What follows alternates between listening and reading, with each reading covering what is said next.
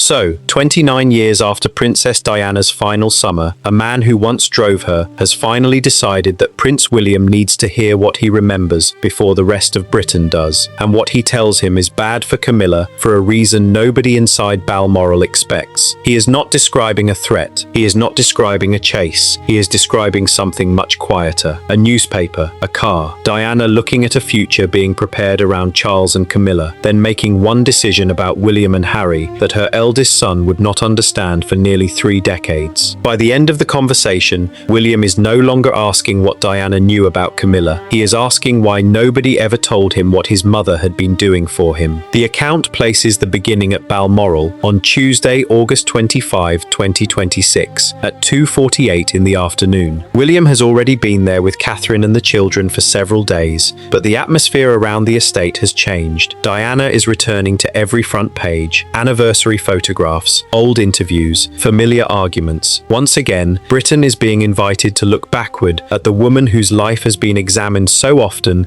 that almost every detail feels known. Then another development adds pressure. Charles Spencer is preparing a deeply personal book about his sister, and journalists begin reaching toward the people who once moved quietly around Diana's life. Former staff, friends, security personnel, drivers, people who spent years refusing interviews are suddenly being asked the same question in different forms. What have you never said? One request reaches an elderly man who once drove Diana privately during the period after her divorce. He has kept himself away from the familiar circuit of royal recollections. He is not Colin Tebbot, whose name William already knows from Diana's former protection team and from later public interviews. This man belongs to a quieter category: contracted driving, occasional security work, late Kensington Palace years. A face William may have seen, but never really stored. He does not call a newspaper, he does not ask for money, he does not ask for a camera, a documentary, or a seat at Balmoral. Instead, he sends a message to William's office. It is short enough to fit on one screen. Before I speak to anybody, there is something I believe her son ought to hear first. William reads it once, then again, and the second reading changes the room because the message does not sound like somebody selling a memory. It sounds like somebody returning one. William asks the obvious question: who is he? His private secretary explains what little the household can confirm. Former driver, worked around Diana after the divorce, kept out of the public story, no obvious demand attached. He wants 20 minutes. That is what makes the request so unsettling. Nothing about it promises an accusation.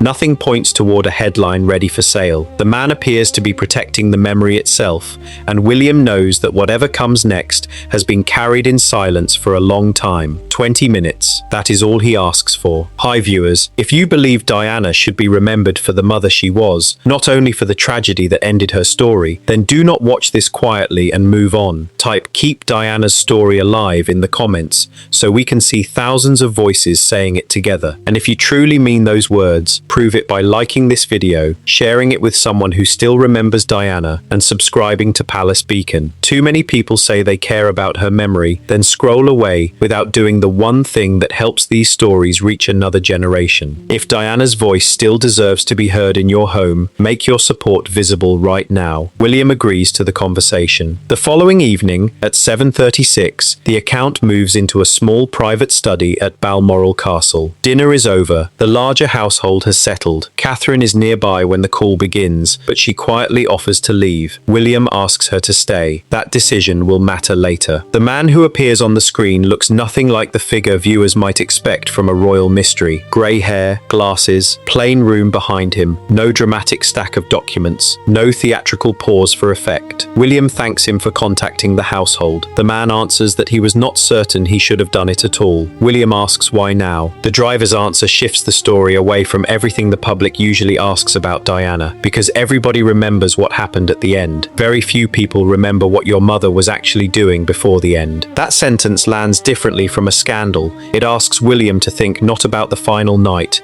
not about photographers, not about the marriage itself, but about the ordinary days before history froze his mother into one permanent image. Catherine looks toward him. William does not interrupt. Then the driver gives him the sentence that opens the first locked door. Sir, your mother knew about September. William frowns. For a moment, the word means nothing. September could mean school, travel, a charity diary, something involving the boys. The driver waits long enough for William to ask ask the question himself. September? The old man nods. Charles and Camilla. For the first time since the call began, William does not immediately answer. The old driver has taken one ordinary word, September, and attached it to a period William has spent most of his adult life viewing through photographs, documentaries, and other people's recollections. But in July 1997, September was not history. It was simply the month that came next. The driver's account pulls everything backward. London, Friday, July 4th, 1997. Diana and Charles had been divorced for less than a year. The legal marriage was finished, but the public argument around it was not. Charles and Camilla Parker Bowles were no longer being discussed merely as the relationship that had helped tear apart a royal marriage. The question beginning to creep into newspapers and television discussions was different now. What happens next? Camilla was not disappearing. That much was becoming obvious. The change was gradual. No grand palace announcement. No sudden attempt to place her beside Charles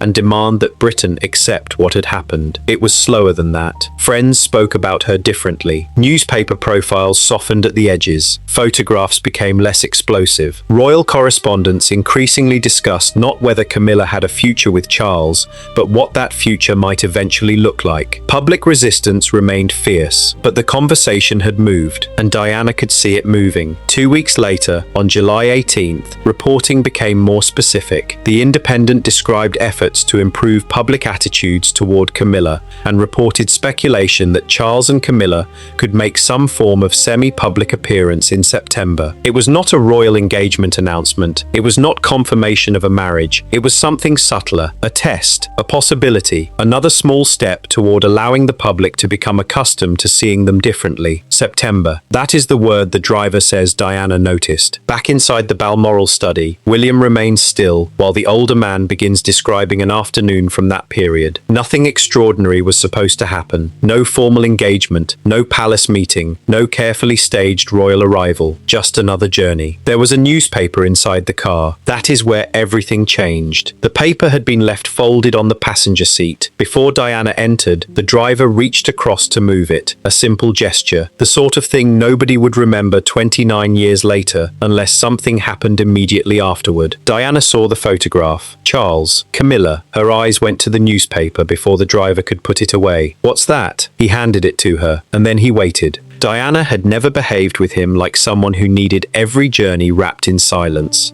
She often sat in the front when circumstances allowed it. She talked. She noticed things. She commented on the radio. She laughed at the lengths drivers sometimes went to when photographers were nearby. Inside a car, some of the distance surrounding royal life could disappear for a few minutes. Not that afternoon. She read. 30 seconds passed. Then another minute. The driver expected a sharp reaction because the subject was impossible to misunderstand. Britain was discussing Charles and Camilla again, and this time it was not only about what had happened during the marriage, it was about what could happen after it. Diana kept reading. Finally, she looked at the date being discussed. September? The driver told her that was what the report suggested. Nothing completely settled, nothing formally announced. But there was talk of allowing Charles and Camilla to be seen in a way that might begin changing public perception. Diana looked back down. The driver's memory of what happened next is what stayed with him, because it was not the reaction he had prepared himself for. No explosion. No demand that he telephone someone. No instruction to find out who had briefed the newspaper. She folded the paper, placed it face down. Then came the sentence. Then let September belong to them. At Balmoral, William says nothing. Catherine does not move either. The line sounds almost too calm for a woman whose marriage had been dissected publicly for years, whose private pain had repeatedly become national entertainment, and whose former husband's relationship was now being discussed as part of Britain's future. But the driver is not finished. In fact, he tells William that if this had been the only thing he remembered, he probably would never have contacted him. That wasn't the part I wanted you to know. William leans slightly closer to the screen. The driver takes him back inside the same car. Diana looks once more at the folded newspaper, then asks a question that seems completely unrelated. Are the boys with me tomorrow? Yes. William and Harry are expected. The driver's answer is simple. Diana's response is not. She looks toward the newspapers again. Get these out of the car before they come. Not only that one, all of them. Anything carrying the old war into the small space where William and Harry would sit. Charles, Camilla, divorce, popularity, who had won, who had lost, who might marry, who was being blamed, who the public loved more. The driver initially assumes Diana simply does not want her sons seeing something that embarrasses or hurts her. But Diana corrects that assumption. They have two parents, they don't need two camps. And suddenly, in 2026, William's expression changes, because something has surfaced from childhood. Not a speech, not a confession. Something smaller. Cars. William remembers the cars first. Not the headlines, not the arguments, the cars. There were moments from childhood he had never bothered to examine because they seemed too small to matter. A newspaper folded before he climbed in. A magazine turned face down. A conversation in the front suddenly changing when he and Harry appeared. At 14, William had noticed some of it. He just never understood what it meant. Now the old driver gives those fragments a shape. He tells William there was no written instruction pinned inside Kensington Palace, no formal household memo. It was simply something Diana made clear to the people around her when the boys were traveling with her. Keep the adult war away from them. If a newspaper carried another story about Charles and Camilla, move it. If someone began discussing the relationship while William or Harry were close enough to hear, change the subject. If photographers shouted questions designed to drag the boys into the feud, keep walking. Excuse me, as a parent, could I ask you to respect my children's space? Diana knew they would eventually read things. She knew William was already old enough to understand that his parents' marriage had broken down badly. She was not trying to create some impossible world where Charles, Camilla, and the divorce did not exist. Her boundary was narrower. The boys would not hear the attack from her. That distinction hits William harder than the September story. He looks down for several seconds, then back at the screen. Did Mum actually say that? The driver does not hesitate. I watched her do it. There it is. Not something repeated by a friend years later. Not a theory built from a newspaper archive. The old man is telling William that he personally watched Diana control what entered the car when her sons were present. And suddenly another date matters. August 28, 1996. The divorce becomes final. Diana remains based at Kensington Palace. Charles continues his life through St. James's Palace and Highgrove. Their schedules separate. Their staff structures separate. Their public identities separate. William is 14, Harry is 11, and every time the boys move from one parent to the other, they cross between two adult worlds that no longer trust each other. The newspapers had a name for the wider conflict: the War of the Waleses. But that is not how children experience a family breaking apart. To William and Harry, it is simpler. Mum's house, Dad's house. That difference is everything. The driver tells William that staff understood the divide in ways the boys never could. Who employed someone mattered. Who recommended them mattered. Which household trusted them mattered. A person who worked closely for Diana could be seen differently by people around Charles, and the reverse could also be true. William's face tightens. It was really that divided? The driver answers quietly. More than you boys ever saw. That sentence sits between them, because children always know more than adults think, and less than adults fear. William had heard tension. He had seen headlines. He knew enough to understand that the two households were not friendly, but he had never considered the possibility that drivers, assistants, security staff, and advisors were also navigating invisible lines around the same broken marriage. The driver says that was precisely why Diana became more careful about the boys. The worse the atmosphere became among adults, the less she wanted William and Harry treated like judges. Then he gives William another memory. Late July 1997. He collects Diana from Kensington Palace. The boys are expected later. Another newspaper has been left inside the car, and Camilla's photograph is impossible to miss. Diana sees it.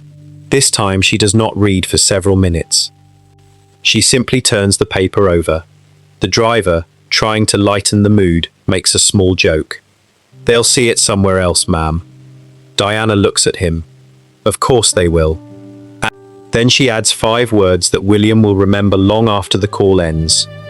"But it doesn't have to come from me." The meaning is immediate. Diana was not trying to convince her sons that their father was innocent, guilty, right or wrong. She was refusing to recruit them. And that is where the story becomes much harder to dismiss as another royal feud. If that choice by Diana changes the way her final summer looks to you, then do not sit silently through it. Type "she protected her boys" in the comments, like this video, share it with someone who remembers what those years were like, and subscribe to Palace Beacon. It costs nothing to support the stories people claim they do not want forgotten, but silence is exactly how the quieter parts disappear. Back in the study, William is no longer leaning forward. He is sitting completely still. For nearly 3 decades, the public has returned to the same question whenever Diana and Camilla are mentioned together. Who hurt whom more? Who won the public? Who lost the marriage? Who was loved? Who was blamed? But William now asks something more personal. Something the driver cannot answer with a headline. Did she hate Camilla? The driver does not answer straight away. For several seconds, the screen is quiet. Catherine keeps her eyes on the older man. William waits. Did Diana hate Camilla? The driver chooses his words. He says Diana was hurt. Everyone around her knew that. There had been anger. There were moments when the subject cut deeply because it was impossible to separate Camilla from the collapse of a marriage Diana had once believed would define the rest of her life. But that is not the woman he remembers filling every journey. Not by the summer of 1997. He remembers charity appointments, friends, hairdressers, travel plans, William and Harry. He remembers Diana asking ordinary questions about traffic, laughing at ridiculous situations, worrying about photographers, then changing the subject because she wanted to talk about something that had nothing to do with Charles. William listens without interrupting. The driver says there were journeys when Camilla never came up at all. There were afternoons when Diana seemed far more interested in what came next for herself than in what Charles was doing somewhere else. Then he gives William the sentence that changes the emotional direction of the call. She was trying to leave the battlefield, sir. William looks up. That does not mean the past had stopped hurting or that Diana had forgiven everything. The driver believed he was watching a woman trying to build days that were no longer organized around the man she had married. And that is where the July 1997 timeline becomes uncomfortable. While Diana was trying to establish a life outside the marriage, another future was slowly being discussed around Charles. Camilla was becoming part of that future. Newspaper profiles were changing. Friends were speaking. Public appearances were being considered. September was being mentioned. 2 lives were moving in opposite directions. One woman was trying to discover who she might become after the marriage. Another relationship was becoming easier for Britain to imagine beside the future king. And only one of those futures continued. William lets that settle before asking another question. Did Mum know how organized it was? The driver does not take the bait. He tells William he cannot know everything Diana knew. He was not present for every telephone call. He did not hear every conversation at Kensington Palace. He never saw some secret master plan laid out on a desk, and he refuses to pretend otherwise. What he can say is simpler. Diana read the coverage. He watched her react to it. He heard what she said around her sons. And he saw what she chose not to bring into their space. That limit makes the memory more powerful. William begins to understand why the driver waited so many years to tell him. Because the driver is not trying to solve history. He is describing what happened inside a car. Then his voice changes. He tells William there is another version of Diana he wants him to see. Summer 1997. Kensington. No evening gown. No formal motorcade. No grand royal setting. Just an ordinary journey and a driver convinced he has become clever. Photographers had learned the faces of the people who regularly drove Diana, so the driver sometimes tried small disguises to make them hesitate. One afternoon he arrives wearing a baseball cap and glasses. He thinks he looks different. Diana sees him. She stops. Then she laughs. Not a polite royal smile, a real laugh. The driver tells her the disguise might finally confuse the photographers. Diana looks at the hat, then the glasses, then back at him. The problem is obvious. Even if nobody recognizes the driver, everybody still recognizes Diana. For a moment, the royal circus becomes ridiculous. The driver remembers her climbing into the front, still amused, while he realizes his plan has solved nothing. At Balmoral, Catherine smiles faintly. William does too. Only for a second. That small scene matters because so much of Diana's final summer has been swallowed by what happened later. Every photograph becomes a warning, every journey becomes part of a countdown, every ordinary moment gets forced into the shape of an ending. But the driver did not experience those weeks that way.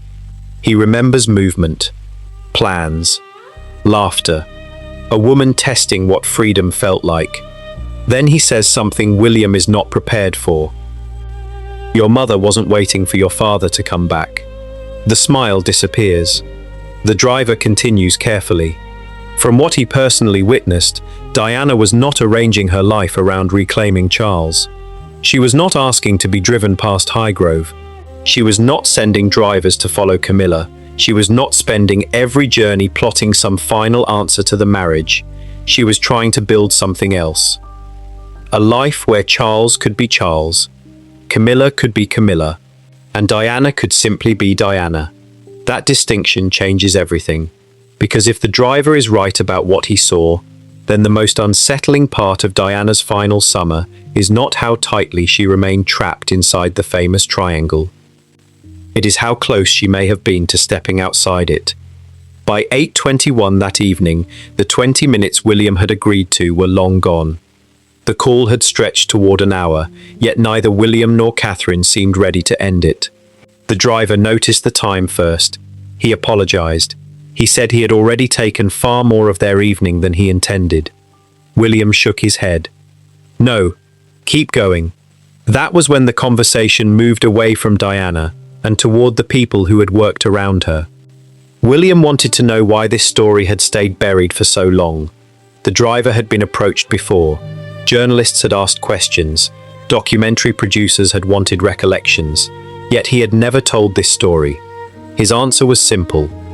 Nobody had asked the right question. They wanted to know what frightened Diana, who she trusted, what she thought of Charles, what she thought of Camilla, where she traveled, who she telephoned, what she predicted. Every question seemed to lead back to conflict. Nobody asked what she was like when nobody needed her to be Princess Diana. That was the woman he remembered. Then the driver tells William something he had never considered.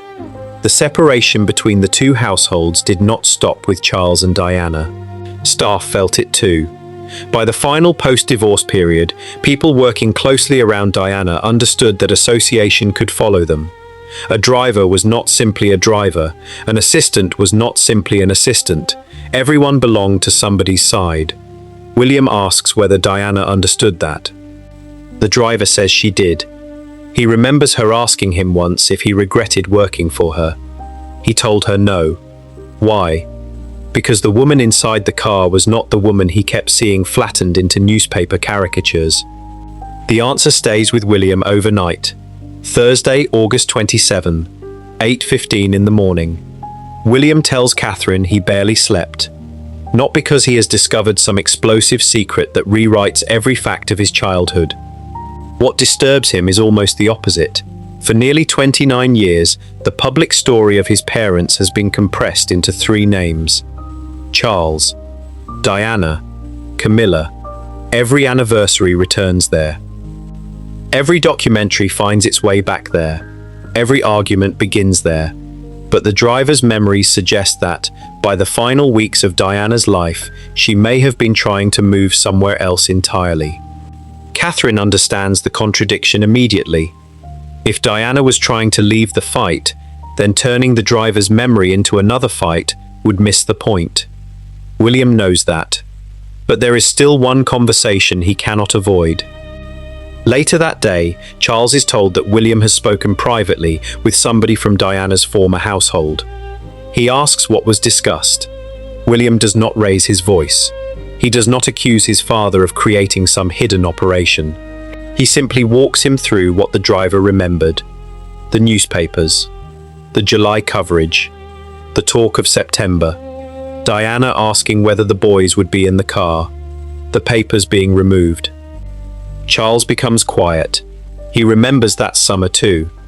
William tells him he never understood that Diana was seeing reports about how Camilla might eventually be introduced into Charles's future while she was still trying to establish a new life.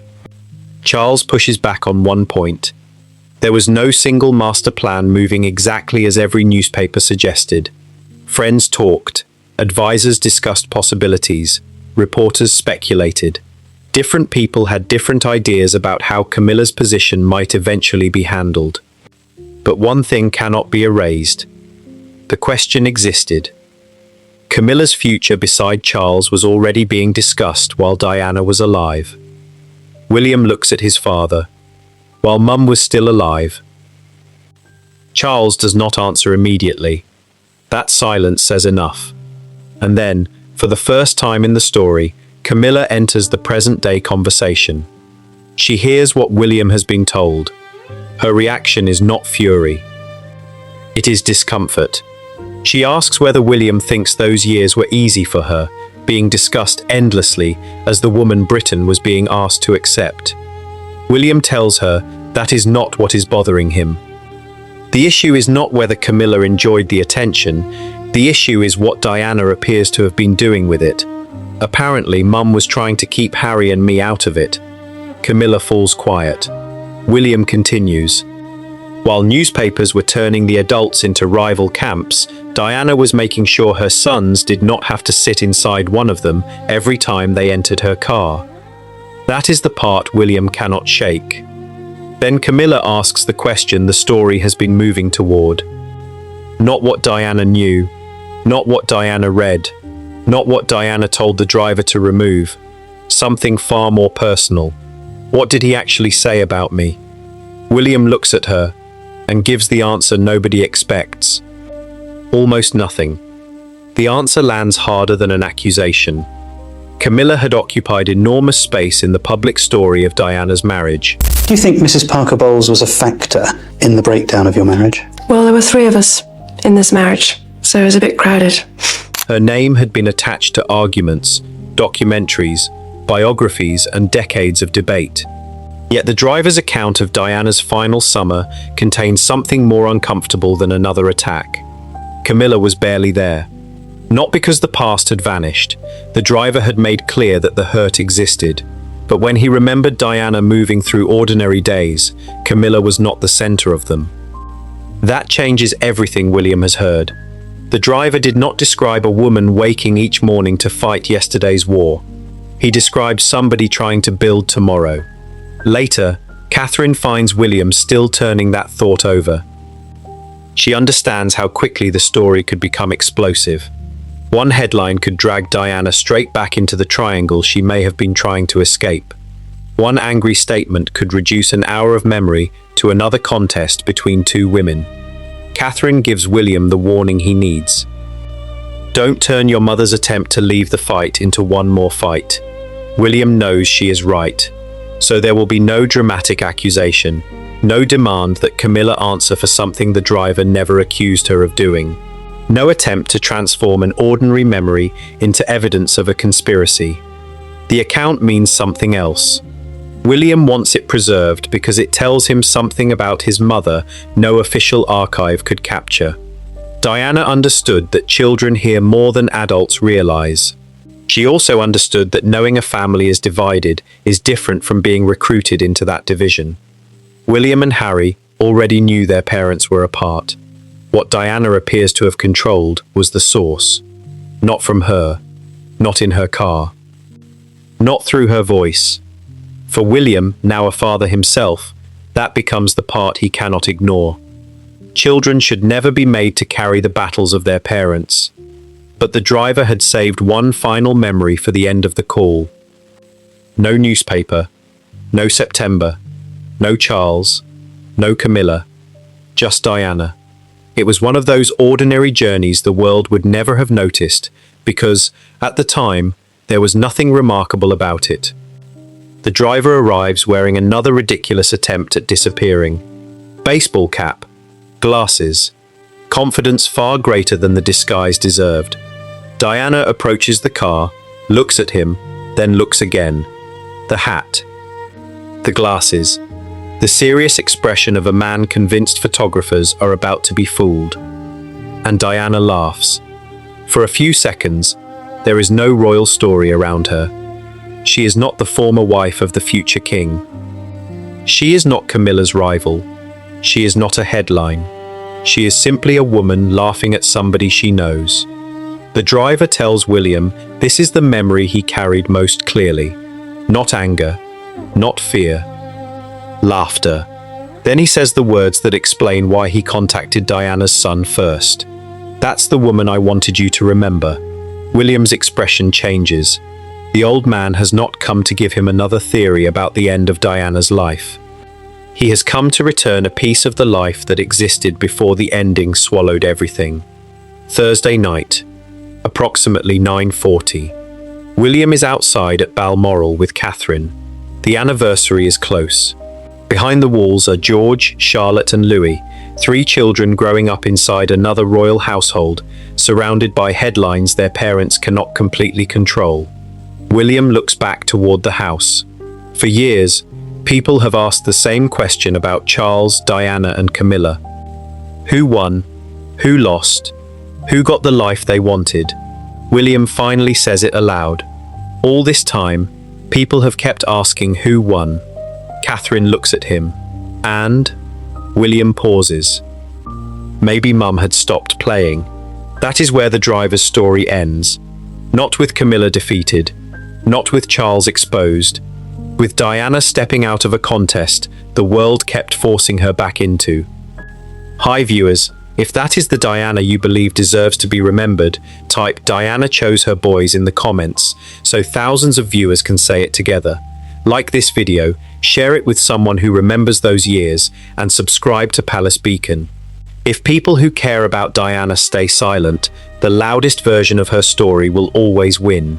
And the next video goes deeper into a recollection from Diana's circle, involving a private journey, a change of plan, and one sentence before the car moved. That detail changes everything again.